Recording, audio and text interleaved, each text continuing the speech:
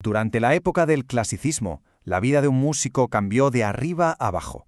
Fue un periodo de transformaciones sociales y artísticas brutales que vio nacer al artista tal y como lo conocemos hoy. Pero, ¿cómo se pasa de ser un sirviente más en una corte a convertirse en una estrella internacional? Pues vamos a verlo. Para que nos hagamos una idea de la magnitud del cambio, fijémonos en estas dos realidades. El contraste es tremendo. Por un lado tenemos al músico como sirviente, con su uniforme, atado a un contrato súper estricto y considerado literalmente propiedad de su patrón. Y por el otro, al músico como artista, con fama, con la capacidad de vender sus obras y, lo más importante de todo, con independencia. Esta tensión es la que define toda una era. Vale, vamos a meternos de lleno en ese primer mundo, el de la vida bajo el sistema de patronazgo. Para muchos músicos era una jaula, sí, pero una jaula de oro. Te daba seguridad económica, un sueldo fijo, pero a cambio de una servidumbre casi absoluta. Y es que no hay nada que capture mejor esta realidad tan humillante que las propias palabras de Mozart.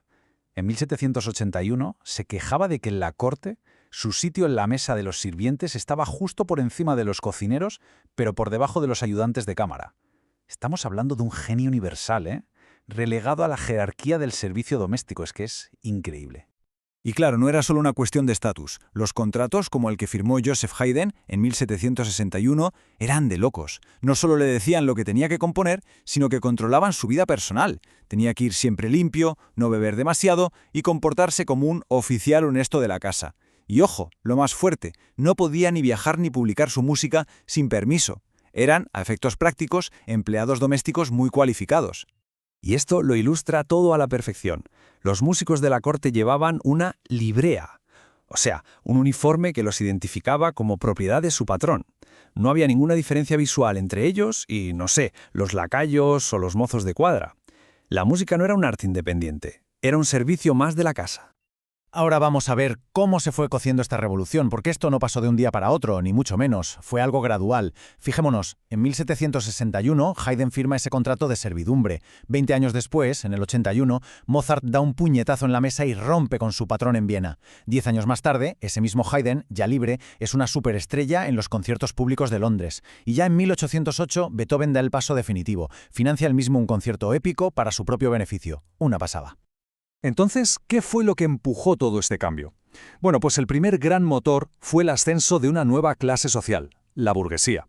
De repente, comerciantes, abogados, funcionarios, gente con dinero y por primera vez con un hambre de cultura que hasta entonces era un privilegio exclusivo de la aristocracia. Y aquí está la clave de todo. La música se convirtió en una mercancía. Empezaron a aparecer salas de conciertos públicas, donde cualquiera que pudiera pagarse una entrada era bienvenido. El público se convirtió en el nuevo cliente y, en cierto modo, en el nuevo jefe, en el nuevo patrón. Y claro, este nuevo público cambió la música para siempre. Para gustar a una audiencia que no eran expertos, los compositores tuvieron que dejar atrás la complejidad del barroco. Se empezaron a llevar melodías mucho más claras, más cantables y estructuras más lógicas como la forma sonata, que permitían a cualquiera seguir la música y emocionarse con ella. El segundo gran motor del cambio fue la tecnología, en concreto la imprenta musical. De repente, las partituras se podían producir en masa. Esto convirtió las notas en el papel en una nueva y potentísima fuente de ingresos para los compositores. Esto nos lleva a un concepto clave, la house music, la música para tocar en casa.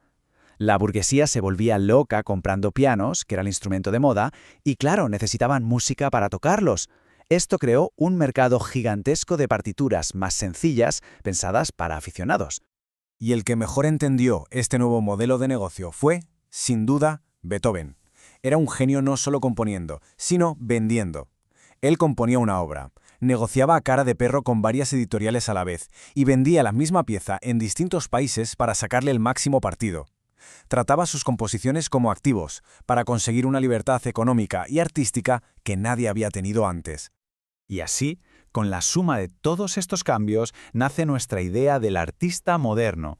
Pero, como pasa siempre, con esta nueva figura también nacieron unos cuantos mitos que merece la pena aclarar un poco. Venga, vamos con el más famoso, la imagen del genio muriendo de hambre en una guardilla.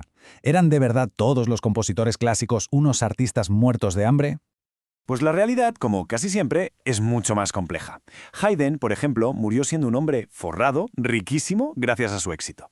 Y lo de Mozart, a ver, Es verdad que tuvo problemas económicos al final, pero no porque no ganara dinero, que ganaba un dineral.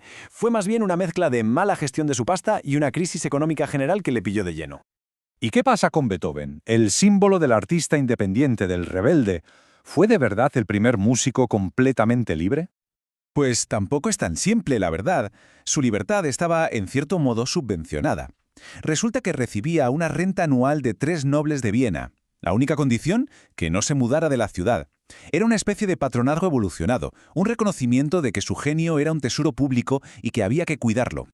Así que la gran conclusión, la idea con la que debemos quedarnos, es que el paso de sirviente a artista no fue como darle a un interruptor.